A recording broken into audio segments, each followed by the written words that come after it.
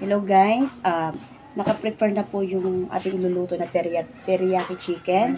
Ito po yung chicken slice para maganda yung natin. Meron tayong din cheese at meron tayong garlic, onions, tsaka sili, and then tuyo, and then brown sugar, and then flour, and sesame seed, and then egg, and then paminta. Yan, naka-prepare na po ang ating lulutuin.